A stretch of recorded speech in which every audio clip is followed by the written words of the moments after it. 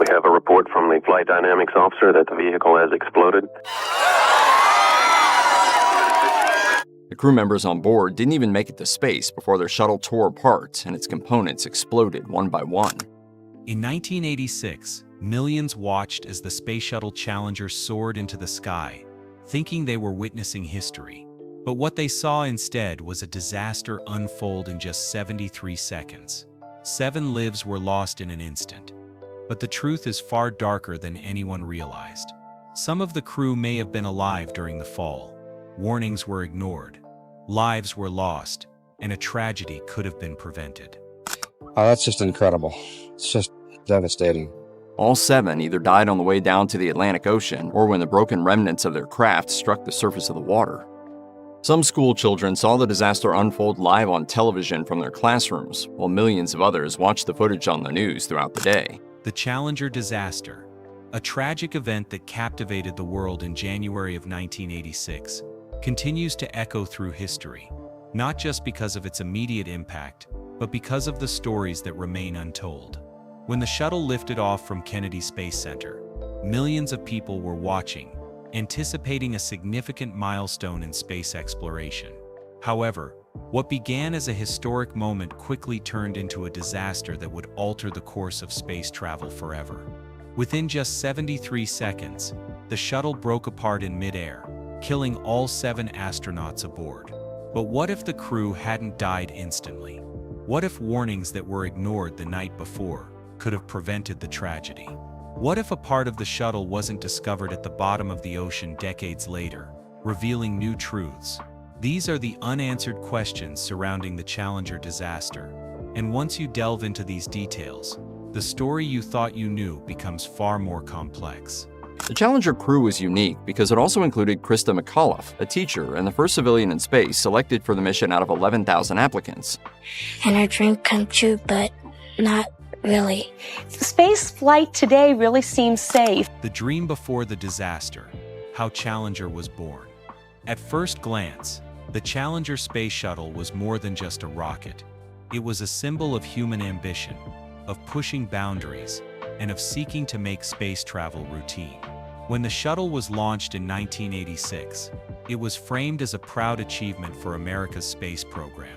Yet, behind the scenes, Challenger's creation wasn't simply a triumph of innovation, but the result of years of compromises, risky choices, and political pressure. The mission was not doomed solely because of a failed O-ring, as many believe. It was doomed because it was the product of a system that made safety secondary. It begs the question, why did NASA push forward with such a fragile design? What was the driving force behind America's space ambitions? And why did the dream of reusable spaceflight begin with so many warning signs? After the Apollo missions concluded in 1972, NASA found itself in a difficult position. The unthinkable had been achieved. Men had landed on the moon. However, rather than being greeted with endless funding and support, NASA faced budget cuts and dwindling public interest. The excitement that surrounded the moon landings had faded, and the American public's attention was shifting. With no clear direction, NASA had to come up with a solution, one that would continue the momentum of space exploration while securing future funding. The challenge was clear. What comes after the moon? The answer, surprisingly, was the space shuttle. The idea was ambitious, to build a spacecraft that could be launched over and over again, more like an aircraft than a rocket. The shuttle would transport astronauts and payloads into space, bring them back safely, and do this on a regular basis. The goal was to reduce the cost of space travel by making it more routine, less of an extraordinary event, and more of a regular functional task. This would not only make space exploration cheaper, but would also make it more appealing to the government and the public. NASA's vision for the shuttle was one of a versatile and reusable spacecraft that could carry astronauts, satellites, and military payloads. They envisioned a workhorse that would be able to make multiple launches per year. But this dream, like all ambitious projects, came with challenges. The budget was tight, and NASA was under pressure to meet these high expectations. To reduce costs, NASA was forced to make compromises. One of the most significant compromises involved the design of the shuttle's two solid rocket boosters, or SRBs.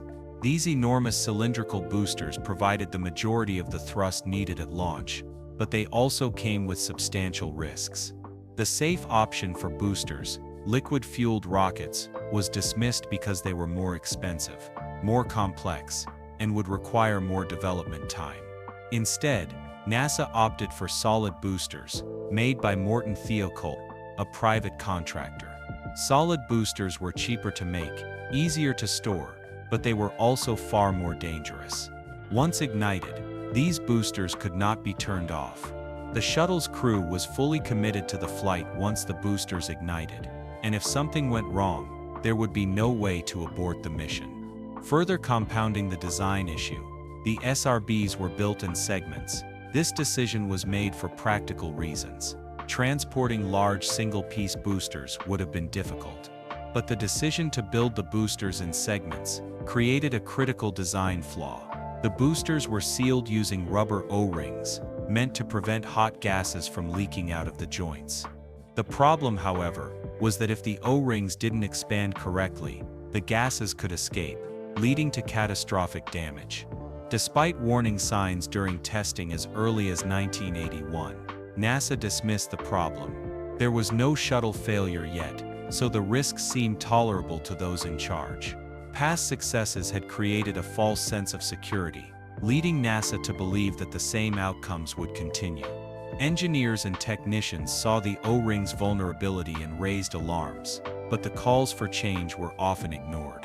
In many ways, the culture at NASA had shifted from one of cautious innovation to one of overconfidence.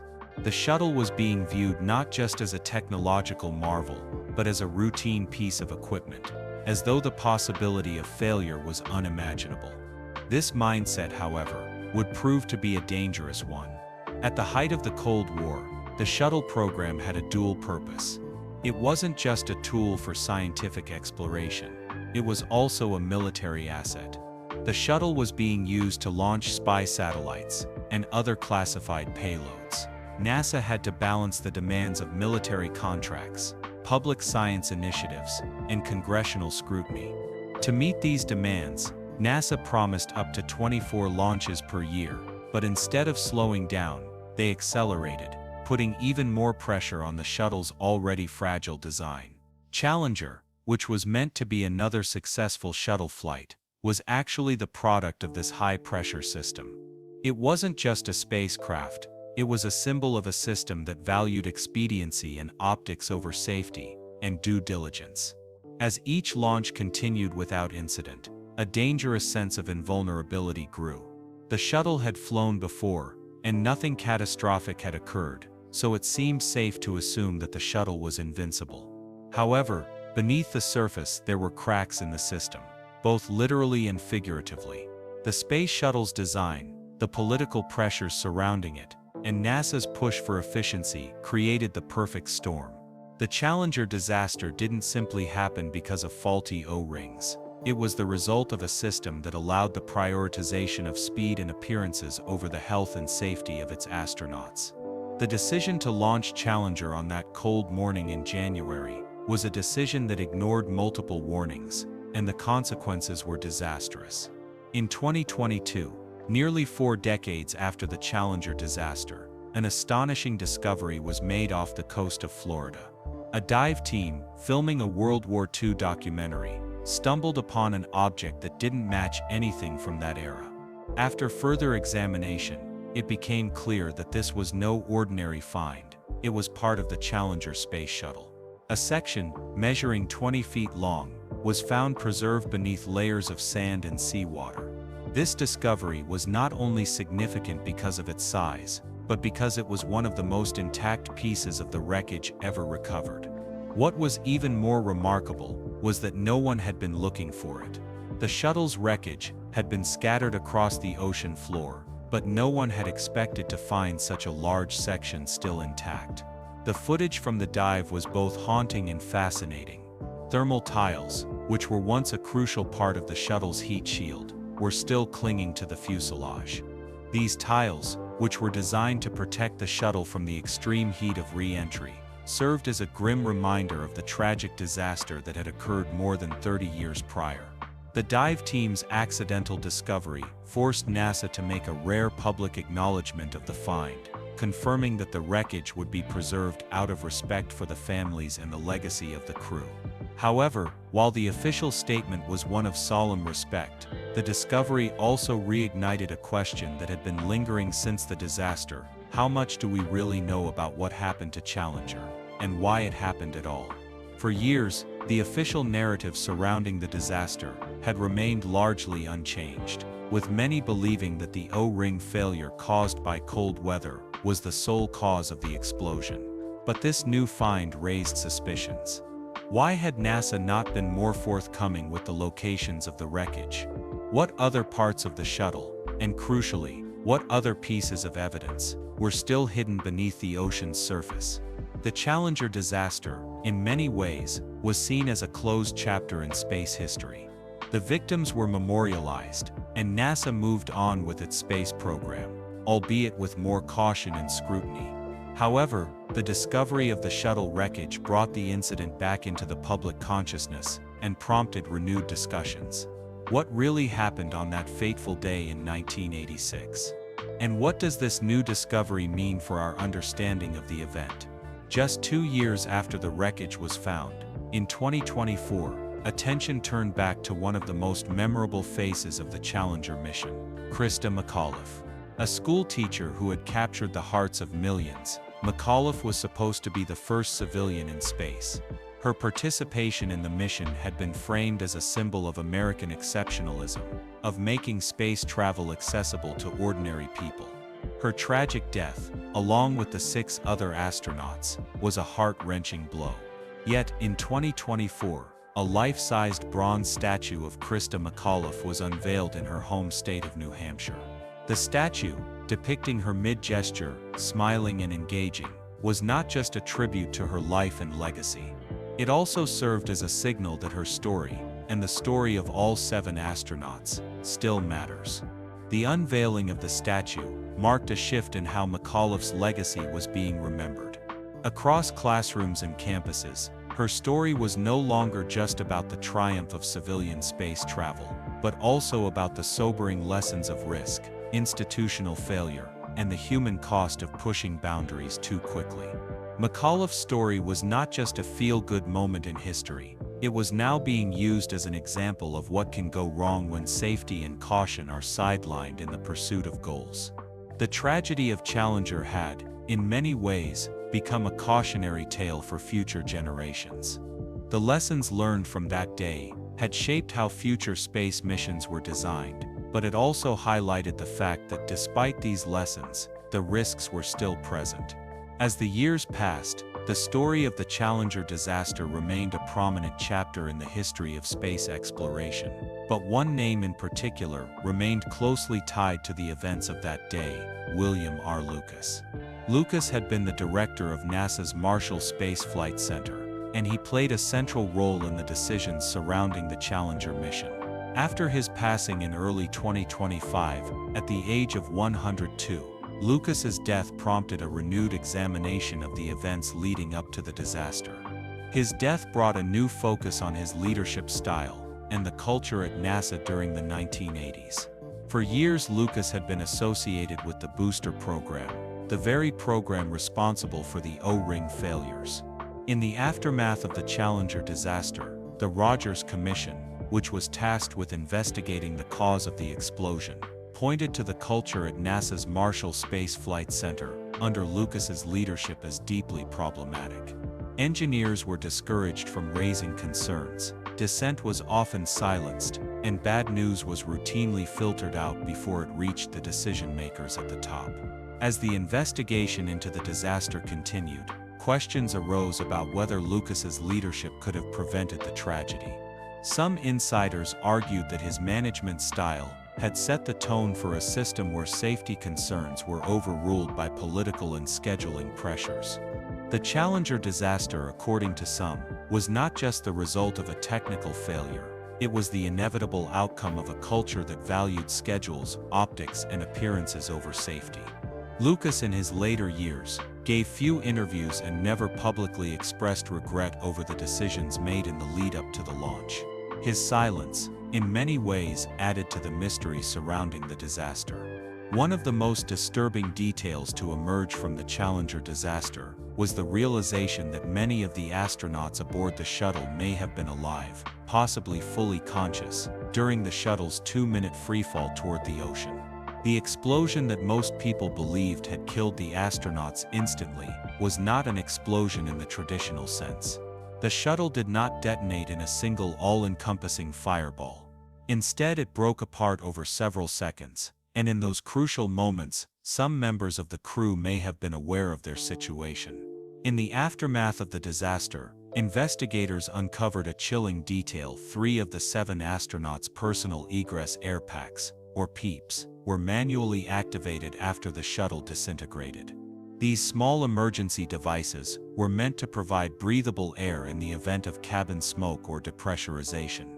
They were not life-saving devices, but they did suggest one crucial thing: someone had been conscious and aware enough to activate them. These devices were not automated. They could only be turned on manually.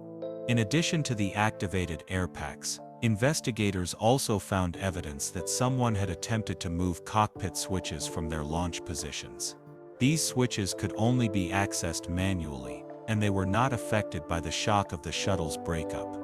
The evidence indicated that someone, likely pilot Mike Smith, was attempting to stabilize the shuttle's descent. The discovery of the activated air packs and the moved switches raised more questions than answers. How long had the astronauts remained conscious after the shuttle disintegrated? Had they realized the severity of the situation, and were they trying to do something about it?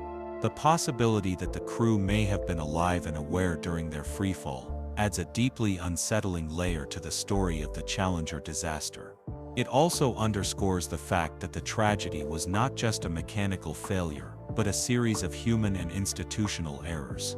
In the wake of the disaster, NASA's culture came under intense scrutiny. The agency's failure to listen to engineers' warnings, the political pressures that led to the launch, and the overconfidence that permeated the shuttle program were all contributing factors. But even more disturbing was the realization that the crew's tragic fate could have been prevented. If the O-rings had held, if the launch had been delayed, if engineers had been listened to, the astronauts may not have faced those horrifying final moments. This discomforting truth doesn't appear in most school textbooks or official memorials, but it is an essential part of the Challenger story, a story of avoidable failure, miscommunication, and the failure to prioritize safety over speed and optics. The Challenger disaster is remembered as a tragic event, one that led to the loss of 7 lives in a matter of seconds. But while the explosion that occurred during the shuttle's ascent seemed like the moment of finality, it wasn't the instant death that many had believed. In fact, new evidence suggests that some of the astronauts may have been alive, possibly fully conscious, during the shuttle's catastrophic fall toward the Atlantic Ocean. This new understanding, which emerged years after the disaster, has forever changed how we perceive the tragedy. The crew's survival after the shuttle broke apart was not just a tragic twist, it was a story of human awareness, panic, and ultimately hopelessness. It has been long assumed that the crew members perished instantly when the Challenger exploded. After all, the imagery of the shuttle's disintegration, followed by a massive fireball, led many to believe that there was no way the astronauts could have survived. However, in the aftermath of the investigation, more disturbing details began to surface. Evidence from the wreckage and the shuttle's remains revealed that, at least for a brief period, the crew cabin remained largely intact after the shuttle's disintegration. This fact alone shocked many, as it suggested that some or all of the astronauts might have been alive during the 2-minute freefall toward the key to understanding this possibility lies in the discovery of the personal egress air packs, PEEPs. These devices, small emergency oxygen packs, designed to supply breathable air in the event of smoke or cabin depressurization, were found to have been manually activated after the shuttle had broken apart. These PEEPs were not life-saving systems. They provided only temporary relief, enough to help the crew breathe for a limited period of time. but the fact that they had been manually activated by one or more crew members suggests that someone was aware of the danger and was trying to survive. In addition to the peeps, another crucial piece of evidence came to light: the movement of cockpit switches. Investigators discovered that several switches in the cockpit had been moved from their standard positions. These switches were located in places that could only be accessed manually and were not affected by the shock of the shuttle's breakup. This meant that someone had been attempting to regain control of the shuttle, or at the very least, trying to stabilize the descent. While it remains unclear exactly who activated the air packs and moved the switches, the fact that these actions were taken suggests that some members of the crew were not only conscious during the descent, but were actively trying to survive. The freefall, which lasted approximately 2.5 minutes, was terrifying and almost certainly led to the astronauts experiencing an extreme loss of pressure. At such a high altitude, the cabin would have experienced depressurization, leading to a lack of oxygen. Hypoxia, or a lack of oxygen in the bloodstream, would have been a significant risk for the crew, causing them to lose consciousness before the shuttle impacted the ocean. However, because the cabin remained intact for the majority of the fall, it's possible that some level of pressure was maintained, which may have allowed some of the astronauts to remain aware for a longer period. Despite the fact that some crew members may have been conscious, there was no way to survive the impact with the ocean. The crew compartment struck the water at an estimated speed of over 200 miles per hour, a force that was unsurvivable. The impact was so brutal that the cabin disintegrated upon contact with the ocean's surface. The final cause of death for all 7 crew members was the ocean impact, not the initial explosion or the disintegration of the shuttle. The shuttle's breakup, though catastrophic, did not immediately result in the deaths of the astronauts, which is a deeply uncomfortable truth that has not been widely acknowledged in textbooks or memorials. This new understanding of the Challenger disaster highlights the human element of the tragedy, the awareness, the panic, and the helplessness that the crew must have felt in their final moments. For years, the narrative surrounding the disaster focused solely on the technical failure of the O-rings and the explosion that followed. But the possibility that some of the crew were still alive during the fall adds a chilling layer of complexity to the story. It underscores just how preventable the tragedy truly was. If the O-rings had held, if the shuttle had been grounded or delayed due to safety concerns, the crew would never have had to face those final harrowing moments. The public was not aware of these details for many years. NASA initially withheld this information, only releasing it after intense media and congressional pressure. The agency was reluctant to disclose the full extent of the tragedy, particularly the fact that some of the astronauts may have been aware during the fall. This reluctance to share the truth contributed to the public's perception that the disaster was an unavoidable accident. In reality, however, the disaster was the result of a series of preventable mistakes that could have been addressed if the engineers' warnings had been heeded. One of the most significant revelations came in the form of a book published in 2024, written by journalist Adam Higginbotham. His investigative work, Challenger, a true story of heroism and disaster on the edge of space went beyond the technical analysis of the failure. Higginbotham focused on the psychological and bureaucratic factors that allowed the disaster to unfold. He explored how NASA's culture, which had shifted from cautiousness in the Apollo era to overconfidence in the shuttle era, played a central role in the Challenger disaster. The agency's belief that past success would guarantee future safety led to the dismissal of crucial warnings from engineers and experts. Higginbotham's book delved into the culture at NASA during the 1980s, a culture that was more concerned with meeting deadlines and public expectations than with addressing the risks inherent in the shuttle program. Risk was redefined as acceptable, and warning signs were rebranded as anomalies that didn't warrant serious attention. Engineers who raised concerns about the O-rings were pressured to back off, to be team players, and to trust the process.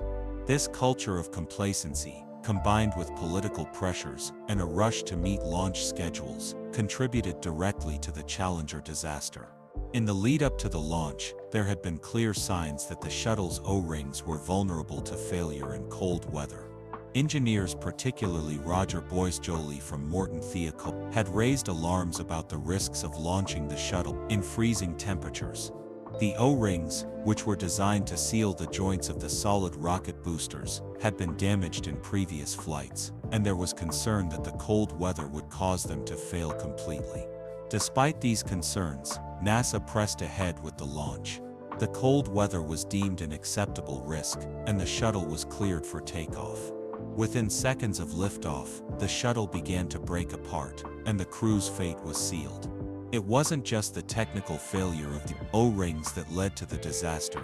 It was the systemic failure at NASA, the failure to listen to engineers, the prioritization of schedules over safety, and the culture of overconfidence that permeated the organization.